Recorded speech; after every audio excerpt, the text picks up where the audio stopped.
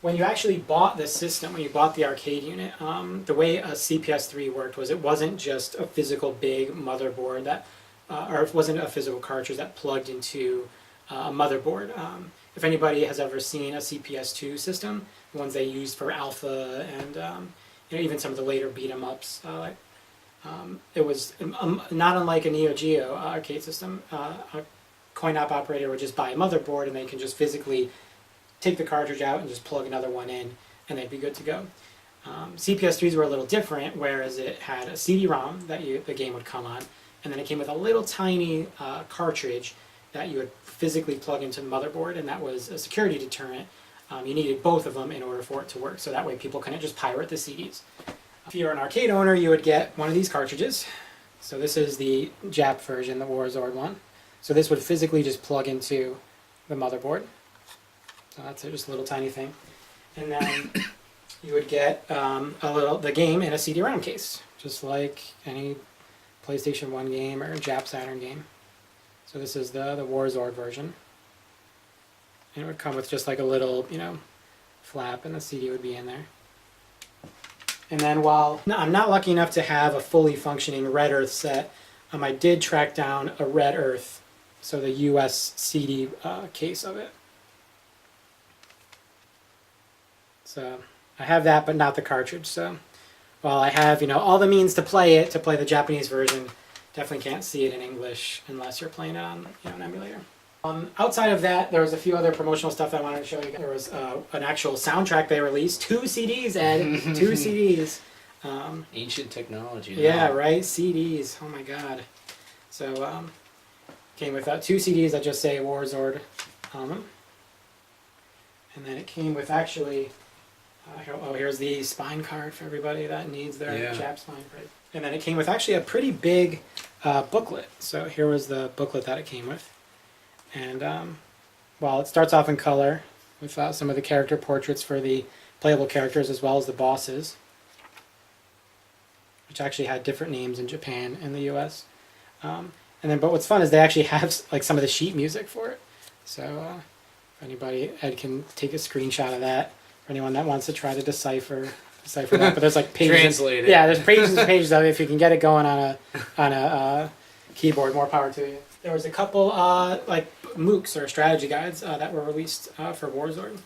There was the Warzord Gamist MOOC from 1996, and then there was these little mini books they released for a few games. It was called the All About series. So they had an All About Warzord as well.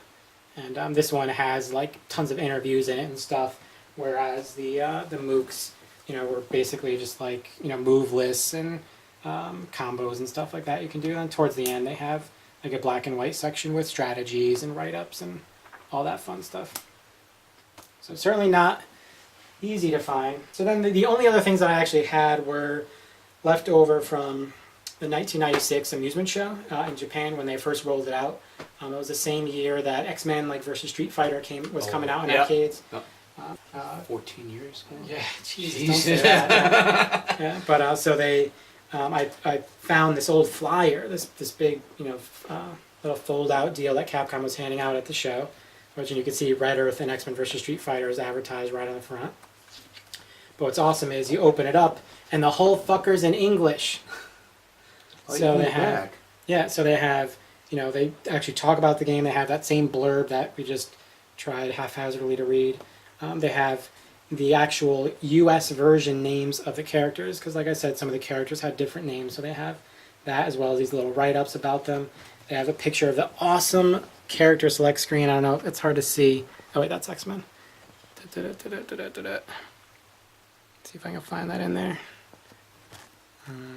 There it is. See, it's right there. So it's just the 4 characters just looking awesome behind a stormy cloud. And you just cycle through them and pick who you want to play as. I just want to get as close as possible because look how awesome that is. Look at Leo. All right. So, and then there was one other thing that I actually forgot to grab, so hold on. All right, so...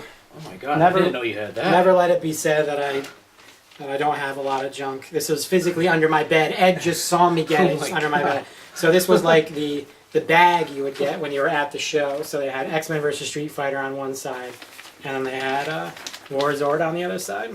Spare no expense, cloth handles, all this other nonsense. That's probably why they ran out of money. Couldn't afford it to anything. They spent all the money on the bag. So that constitutes all my Warzord stuff, minus a few figurines that are in the closet, like those little gumball machine type deals. And what I'll be taking with me when I leave. Yeah. Ed already said, "Oh, I'll come over and make a video, but my pockets will be full before I leave." So that I guess is passion number one. Yep. Certainly, always keep my eyes peeled for any fun Warzord stuff that shows up on eBay. Few and far between, obviously. There's not much floating around, but Ed and I were actually talking about one of his other YouTube buddies who also shares a fun passion that I have with Klonoa. Pete Dorr. So the fun Namco game, Klonoa, right? Certainly been around a lot longer than Warzord and has shared a little bit more of the gaming spotlight even as of late, with the recent Wii stuff. So while my Klonoa stuff that I have isn't as fun and sexy as all the Warzord stuff that I have, I just wanted to show you guys a few of the things. This was a actual Wonder Swan set that was released in Japan. So there was a Klonoa game that was released on the Wonder Swan, and this was a bundle you can buy that came with a clear blue system, the game, and it came in a dedicated cardboard box for it. So rumor has it this may actually be going up on eBay pretty soon. So yeah, it might possibly or be going to my pocket when I walk out. Yeah. So so stay tuned to Ed's channel there. I had a few Japanese and random stuff that actually didn't find its way here, and one of which was, brace yourselves, Klonoa beach volleyball. Namco always just wearing out that beach volleyball genre. So this was the Japanese version of it for PlayStation 1, where you can actually play as the Namco characters, or the Klonoa characters. And what's actually pretty weird is you could actually share a controller to play against each other. See how they have Klonoa on the back with another chick from the game? And you would each use an analog stick and the shoulder buttons in order to control and spike the ball and all that stuff. That's a little weird. Yeah. It's definitely different. Yeah, so this was the Jap version that came out, Klonoa, woohoo. Oh. And then I bought the UK version of it as well, so at least I can kind of combine the two. I have a Japanese PS2, so I can play this, and then I can read this instruction manual to know what I'm doing. So this was the PAL version.